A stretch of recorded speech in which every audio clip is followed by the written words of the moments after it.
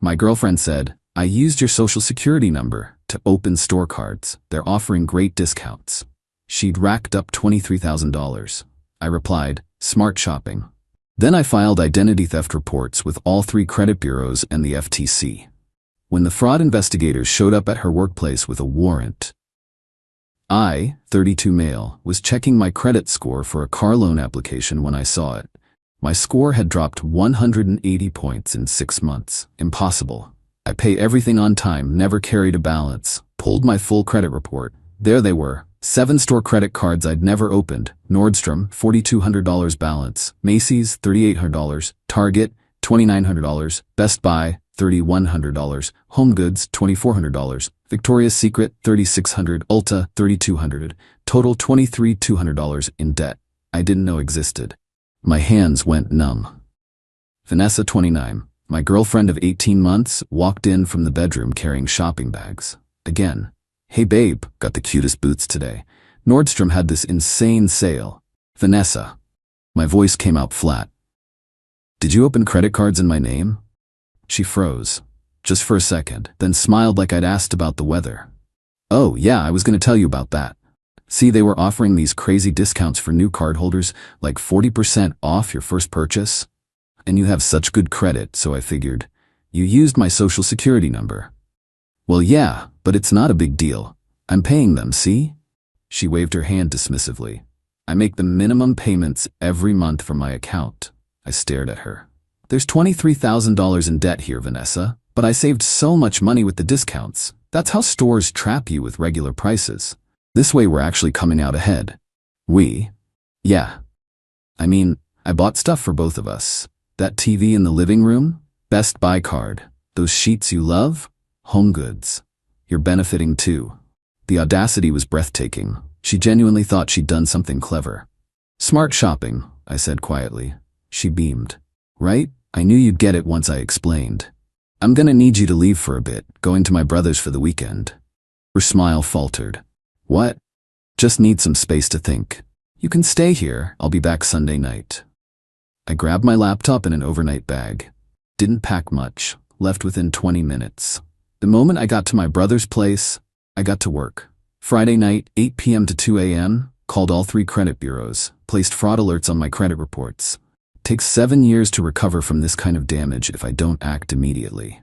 Filed formal identity theft reports with Experian, Equifax, and TransUnion. Each one required detailed affidavits. Typed until my fingers cramped.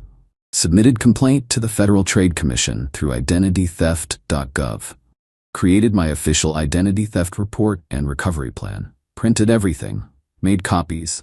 Organized it all in a folder. Called the non-emergency police line. Explained the situation. Officer said to come in first thing Saturday morning to file a report. Saturday morning, 9 a.m., police station. Brought all my documentation. The officer taking my report, Officer Reynolds, was maybe late 30s. He read through everything with this increasingly concerned expression. So your girlfriend admitted to opening these accounts? Yeah, she thinks she was doing me a favor with the discounts. He actually laughed. Not mean, just disbelief. That's a new one. You're doing the right thing filing this. Identity theft is serious, even between partners. We'll open an investigation. Got my police report number. Case officially filed. Started the dispute process with each store. Had to send copies of my police report, FTC complaint, and sworn affidavits stating I did not open these accounts or authorize anyone to use my information. Each store had their own fraud department. Each required phone calls, certified letters, more paperwork. By Saturday night, I'd been on the phone for 6 hours total. My brother Kyle brought me dinner. Man, she really screwed you. Yeah. You gonna press charges? Already did. Filed the police report. Rest is up to the investigators. She know yet? Nope. Gonna tell her tomorrow when I get back. Kyle shook his head. Good luck with that. Sunday evening, got home around 6 p.m. Vanessa was on the couch watching TV, surrounded by more shopping bags. Hey, you're back. How was Kyle's? Fine. Set my bag down. We need to talk. She muted the TV. Okay, pulled out my folder. I filed identity theft reports with the credit bureaus, the FTC, and the police. Silence. Then, you did what? Identity theft reports. What you did is a federal crime, Vanessa. You stole my identity to commit fraud. Her face went from confused to angry in seconds. Are you serious right now?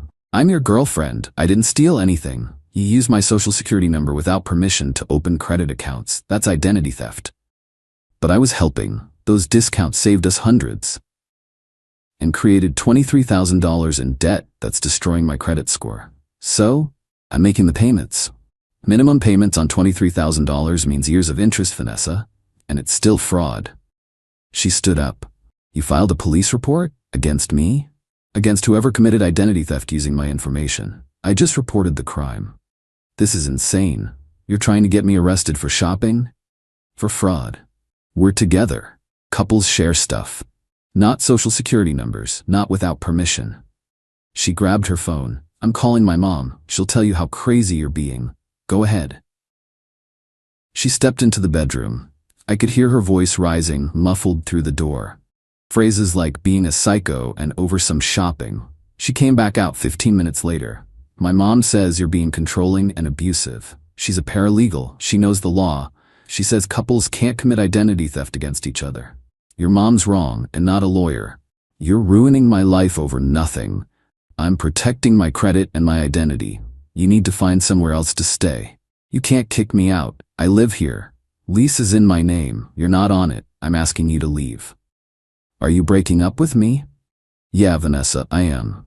The crying started. Big, heaving sobs. You can't do this. I love you. It was just shopping. I didn't mean any harm. You stole my identity. But I love you. Pack your stuff. I want you out by tomorrow evening. She left that night, went to her mom's, sent me approximately 30 texts ranging from apologies to threats to desperate pleas. Blocked her number. Update 1. 2 weeks later, the fraud investigation moved faster than I expected. Detective Morrison called me on a Tuesday.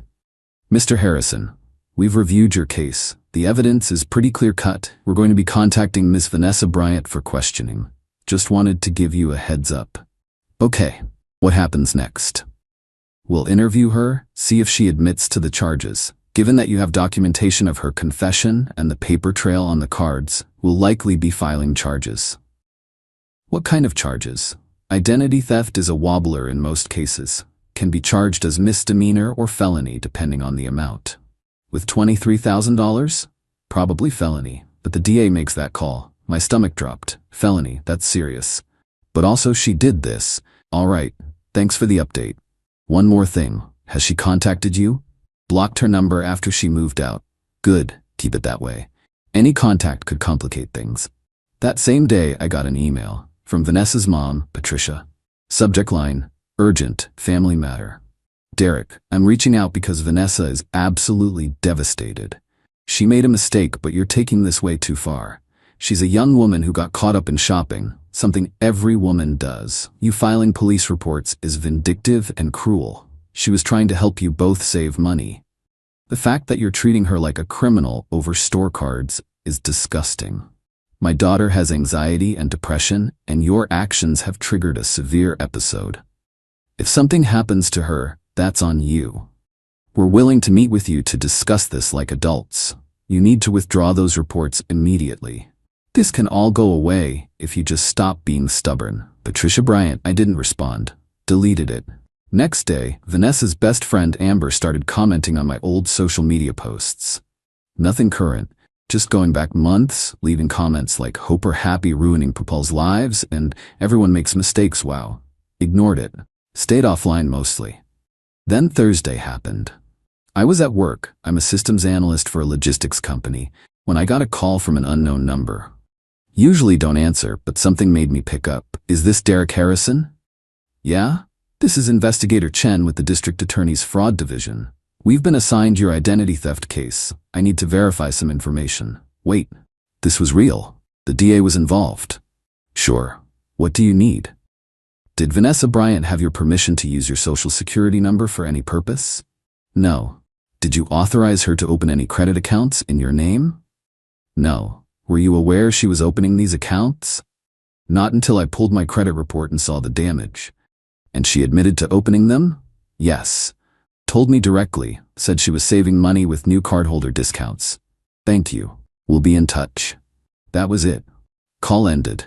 That night, I got a voicemail from Vanessa's sister, Christina. Derek, it's Christina. Look, I know things are messed up, but you need to call off the cops. Vanessa made a mistake, okay? She didn't mean to hurt you, she was just trying to help. You're going to ruin her entire life over some credit cards? That's cold, man. She can't get a job with a record. She can't go to school. You're destroying her future because you're mad about money. Call me back. We can fix this. Don't be that guy. Deleted it. My credit card disputes were going through. Most stores were cooperating once they saw the police report. But the damage was already done. My credit score was still tanked. Car loan got denied. Got another email Friday from Patricia again. Derek, since you're ignoring my attempts to be civil, let me be clear. If you don't withdraw these false reports, we're pursuing legal action against you for harassment and defamation. You've destroyed my daughter's reputation by calling her a criminal. We have documentation of you giving her permission to make purchases. We have text messages. We have witnesses who will testify you were aware of her spending. This is your last chance. Drop it or face the consequences. She was bluffing. I'd never given permission, never texted her about any of this, but the threat was clear. They were going to fight. I forwarded the email to Detective Morrison. He called back within an hour. Mr. Harrison, do not respond to any of these messages. They're trying to intimidate you into dropping the case. Won't work. We don't need your cooperation to proceed at this point. We have enough evidence. They're saying they have texts and witnesses. If they did, they would have presented them by now. It's a bluff. Stay the course. When are you questioning her? Monday. We're going to her workplace with a warrant. Her workplace? Yeah. Apparel store in the mall. Don't worry, we'll be discreet. Discreet. Right. Update 2 Monday was wild. I was at my desk around 2 p.m. when Christina called. I'd blocked Vanessa and Patricia, but not her. You asshole, she was screaming. Police just showed up at Vanessa's job in front of everyone. She's humiliated. I hung up, blocked her number 2. 20 minutes later, Detective Morrison called. Just wanted to update you. We questioned Miss Bryant. She admitted to everything on record. Confirmed she used your SSN. Confirmed she opened all 7 accounts. Confirmed she didn't have permission. She just confessed? She doesn't think she did anything wrong. Kept saying it was just shopping and couples share everything. We explained that's not how the law works. She's being charged with 7 counts of identity theft and 7 counts of fraudulent use of credit. What happens now?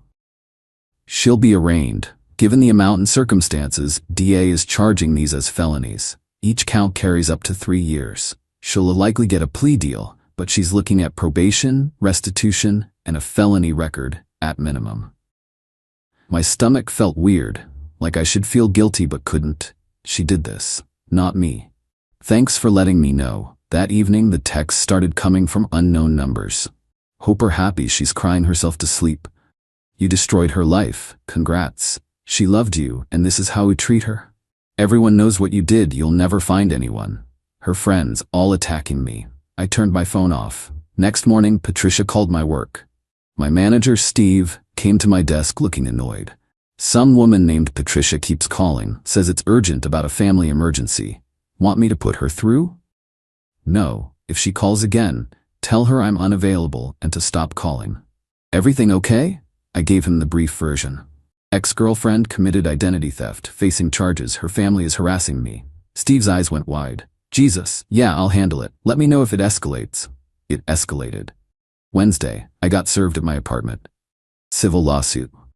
Vanessa and Patricia were suing me for $50,000 for emotional distress and defamation, $15,000 for malicious prosecution, attorney fees.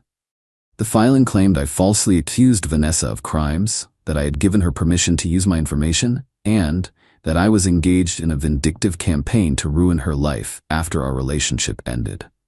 I immediately called a lawyer, found one through the Bar Association who specialized in civil defense. Her name was Miss Reeves, late 40s, sharp as hell. This is frivolous, she said after reading the complaint. She confessed to police. She's been charged. They have no case.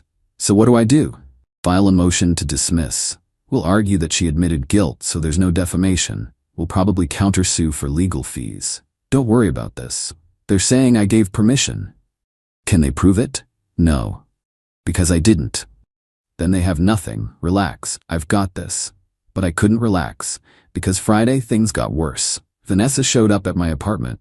I have a Ring doorbell, saw her before she knocked. She looked terrible, hair messy, no makeup, baggy clothes. Derek, please, I need to talk to you. Her voice through the speaker.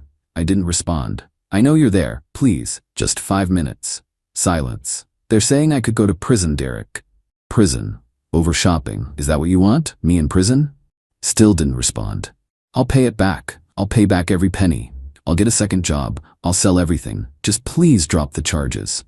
Can't drop charges. It's up to the DA now. She must have heard me through the door. Then talk to them. Tell them it was a misunderstanding. Tell them we worked it out. We didn't work it out. You committed a crime. It wasn't a crime. It was a mistake. Leave, Vanessa. No, you owe me this. After everything I did for you, I cleaned your apartment, I cooked for you, I made your life better, and this is how you repay me.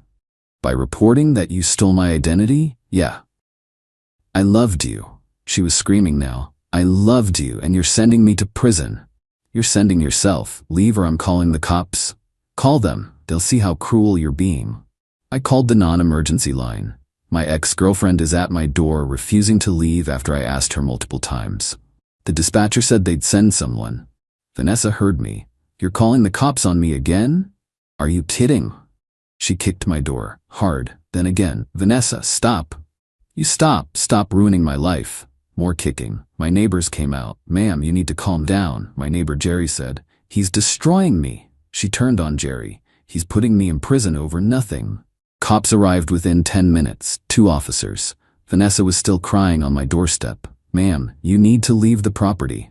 I just want to talk to him. He won't talk to me. He doesn't have to talk to you. You need to leave. But he's ruining my life. They eventually walked her to her car. One officer came back to my door. You want to press charges for the property damage? I looked at my door. She'd scuffed it pretty bad. Couple dents. No, I just want her to leave me alone. We'll document this. If she comes back, call us immediately. Update 3. Final resolution. The trial, plea hearing was 3 months later. Mr. Reeves got the civil lawsuit dismissed within 6 weeks. Judge threw it out, said Vanessa's confession to police proved she committed the acts, so there was no defamation. Ordered Vanessa and Patricia to pay my legal fees, $3,200. They haven't paid it, probably never will. But the lawsuit is gone. The criminal case moved slower. Vanessa got a public defender who tried to argue she didn't understand the severity of what she'd done. That she thought couples could share financial information. That she was naive, not criminal. DA wasn't buying it. She's 29, not 19. She knew better. They offered a plea deal, plead guilty to 3 felony counts, down from 14, 5 years probation, $23,200 restitution to me, 200 hours community service, mandatory financial literacy classes. Her lawyer tried to push back, asked for misdemeanors. DA said no. Day of the hearing I went. Mr. Reeves came with me for moral support. Vanessa was there with Patricia and Christina. All 3 glared at me like I'd killed someone. The judge reviewed the plea agreement. Miss Bryant, do you understand that by pleading guilty you're admitting to committing these crimes? Yes. Vanessa's voice was barely audible. And you understand that this will result in a felony conviction on your record? Yes. Do you wish to accept this plea agreement? Pause. Long pause. Then, yes. Very well. The court accepts your guilty plea. Sentencing came 2 weeks later. Judge gave her exactly what the plea deal outlined. 5 years probation, restitution, community service, classes. Ms. Bryant, the judge said, identity theft is a serious crime. It doesn't matter that you were in a relationship with the victim. You stole his identity and destroyed his credit. That you don't seem to grasp the severity of your actions concerns me. Hopefully these conditions will help you understand. Vanessa cried through the whole thing. Outside the courthouse, Patricia came at me. I hope you're proud of yourself. She can't get a job now. Can't go to school. You've destroyed her. She destroyed herself. She made one mistake. 7 counts. All felonies. Not my choice, hers. Christina jumped in. You're a monster. She loved you. Then she shouldn't have committed fraud against me. They kept yelling, but I walked away. Nothing more to say. 3 months after sentencing, I'm still dealing with the aftermath. My credit score has improved, but only to 630. Still terrible. The accounts are being removed slowly. Bureaus are slow as hell with fraud cases. I got approved for a secured credit card to start rebuilding. Had to put down $1,000 as collateral. Starting from scratch. The restitution? Vanessa's paid $300 total. She's supposed to pay $250 monthly. She's already behind. I can report her to probation, but honestly, I doubt I'll ever see that money. That's just reality. Her social media went dark after the conviction. Don't know what she's doing now. Don't care. Patricia sent one final email 2 months after sentencing. Derek, I hope you can live with yourself. My daughter can't find work because of the background checks. She's depressed, she can barely function, all because you couldn't forgive one mistake. You didn't just ruin her life, you ruined ours too. We're supporting her financially because of what you did. I hope when you're old and alone, you remember this. Remember that you destroyed a young woman's life over money. Patricia. I deleted it. Didn't respond. Some people, mutual acquaintances, have sided with Vanessa. Said I took it too far. That couples work things out that I should have just made her pay it back privately. But here's the thing. She didn't ask. Didn't tell me.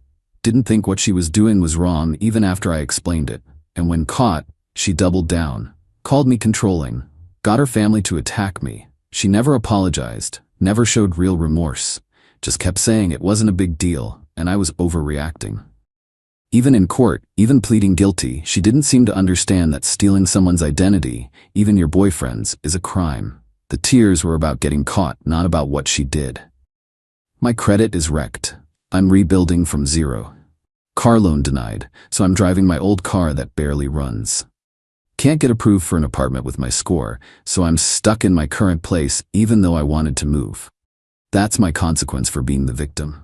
Her consequence? Felony record, probation, restitution. She probably won't pay. Is that justice? I don't know. Some days it feels like it. Other days it feels like we both lost. But I didn't have a choice. You can't just let someone destroy your credit and think saying I love you makes it okay. I've started seeing someone new. Slowly. Her name's Michelle. We've been on a few dates. She knows the whole story. Figured I should be upfront about my credit situation in case things get serious. Her response? Wow, you handled that really well. Must have been hard. First person who didn't make me feel guilty for reporting a crime. We're taking it slow. Really slow. Trust is hard now. But I'm okay. Rebuilding credit, rebuilding life, rebuilding trust in people. Vanessa made her choices. She's living with them. I made mine. I'm living with them too. Difference is, I can sleep at night knowing I didn't steal from someone I claim to love.